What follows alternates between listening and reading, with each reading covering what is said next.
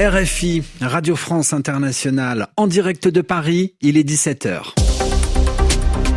Le journal en français facile. Adrien Delgrange. Bonjour à toutes et à tous. Nous sommes le vendredi 14 mars. Au sommaire de cette édition, la suite des négociations pour essayer d'arrêter la guerre en Ukraine. Donald Trump et Vladimir Poutine se sont parlé au téléphone. Pour le président américain, il y a une très bonne chance de voir cette horrible guerre arriver à son terme. Dans l'actualité aussi, un important chef du groupe État islamique a été tué par les forces de sécurité irakiennes. Dans ce journal aussi, l'eau monte. Le niveau des mers a augmenté de façon plus importante que prévu l'année dernière. Simon Rosé nous explique pourquoi dans un instant. Voilà pour les titres, soyez les bienvenus.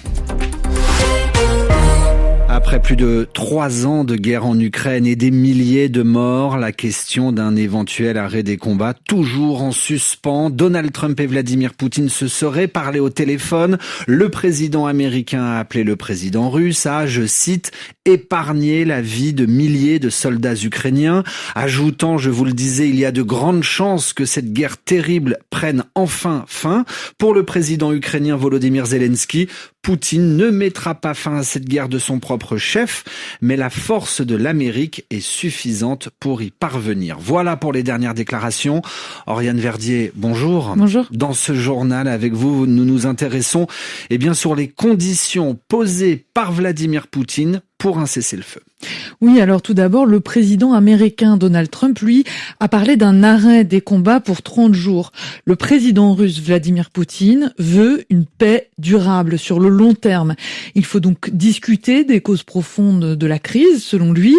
Comment être certain, par exemple, que l'Ukraine ne va pas profiter de cette période pour se réarmer, c'est-à-dire pour se rééquiper militairement? Comment aussi contrôler les 2000 kilomètres de front pour s'assurer que la trêve est respectée? Moscou refuse que des soldats européens viennent en Ukraine pour faire respecter la trêve, une idée du Royaume-Uni et de pays de l'Union européenne.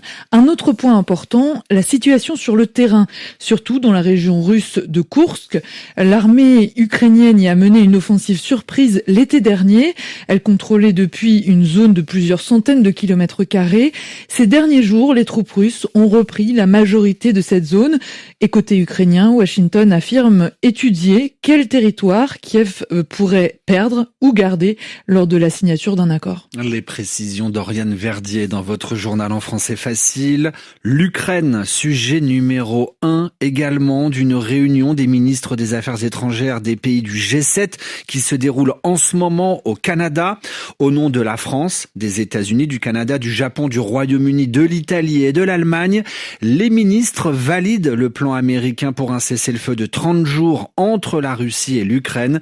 C'est ce qu'a déclaré Mélanie Joly, ministre des Affaires étrangères du Canada.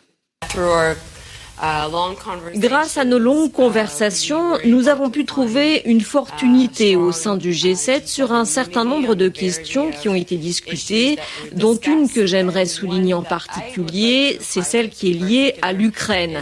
Tous les ministres des Affaires étrangères du G7 sont d'accord avec la proposition américaine d'un cessez-le-feu soutenu par les Ukrainiens et nous étudions actuellement la réaction de la Russie.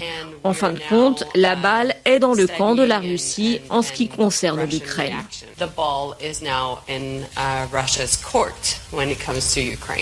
Et c'est dans ce contexte qu'intervient une enquête des Nations Unies sur la Russie. La Russie a commis des crimes contre l'humanité concernant les disparitions forcées et les tortures dans le cadre de la guerre en Ukraine. Ces crimes ont été perpétrés dans le cadre d'une attaque systématique et généralisée contre la population civile, celles et ceux qui n'ont rien à voir avec la guerre. C'est ce qu'indique ce groupe d'enquêteurs dans un rapport publié cette semaine. Je vous le disais dans les titres, un chef très important du groupe État islamique en Irak et en Syrie a été tué. C'est le Premier ministre irakien qui l'annonce. Il était connu sous le nom d'Abu Khadija. Il était considéré comme l'un des terroristes les plus dangereux dans le monde. Fin de citation. Sa garde à vue est prolongée. Le capitaine russe du cargo qui a percuté lundi en mer du Nord un pétrolier est toujours gardé par la police afin de comprendre ce qui s'est passé. Il est gardé 24 heures de plus. La collision entre le porte-conteneur et le pétrolier qui était au mouillage, à l'arrêt lundi, a eu lieu à environ 20 km au large des côtes de l'Angleterre. Un membre d'équipage du cargo a disparu. Il est présumé mort. L'actualité également environnementale. L'eau monte. C'est un rapport de la NASA. Des images vues du ciel nous disent que les océans ont vu l'élévation du niveau donc de l'eau. Pour nous en parler, Simon Rosé, pouvez-vous nous donner, Simon, les explications concernant cette élévation ? Alors 6 mm, l'élévation, la montée du niveau de la mer en 2024. Adrien, ça n'a pas l'air de grand-chose présenté comme ça, 6 mm. Mais sur la planète entière et en une seule année, c'est du jamais vu de mémoire d'humain. Et c'est bien plus que ce que prévoyaient les scientifiques. Jusqu'à présent, c'est la fonte des glaces de l'Antarctique et du Groenland, ainsi que le dégel des glaciers qui étaient les principaux responsables. Mais 2024 est également exceptionnel, car un autre phénomène a pris le relais l'an dernier. La dilatation thermique, l'eau chaude en fait prend plus de place que l'eau froide et les océans sont depuis 2 ans en surchauffe. Cela est responsable des 2/3 de l'élévation constatée l'an dernier selon la NASA, l'agence spatiale américaine. En cause, les émissions humaines de gaz à effet de serre, responsables du réchauffement climatique. Les 10 dernières années ont été les plus chaudes jamais enregistrées, avec le record absolu en 2024.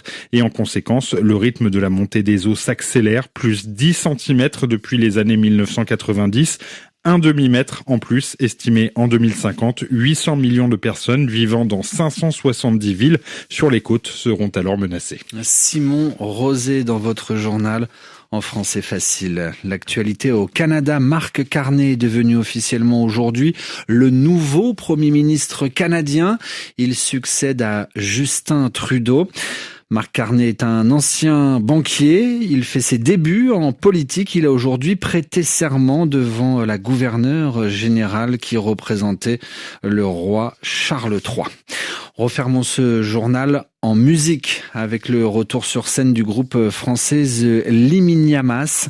Ils viennent de sortir un nouvel album.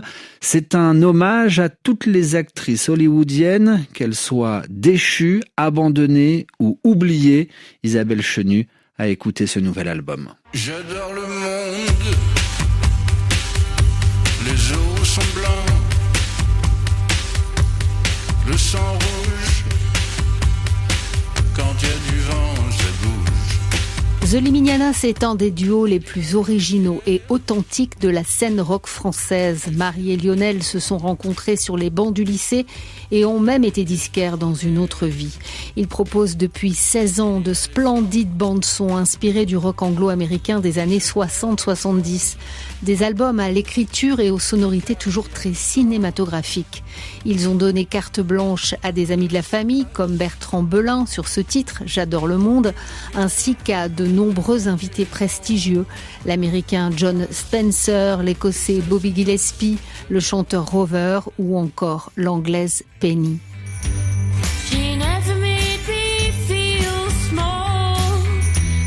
The Liminianas a enregistré dans son studio, au sous-sol de sa maison de Cabestany près de Perpignan, où ils vivent et composent un album kaléidoscope dont chaque titre est une facette.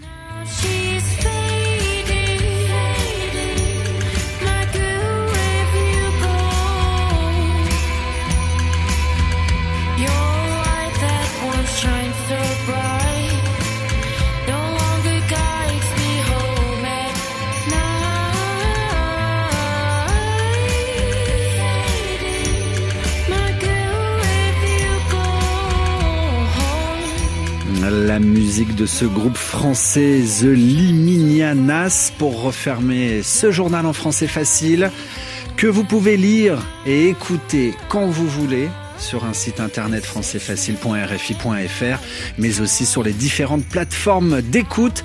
Merci à toutes et à tous, vous êtes de plus en plus nombreuses et nombreux à l'écouter.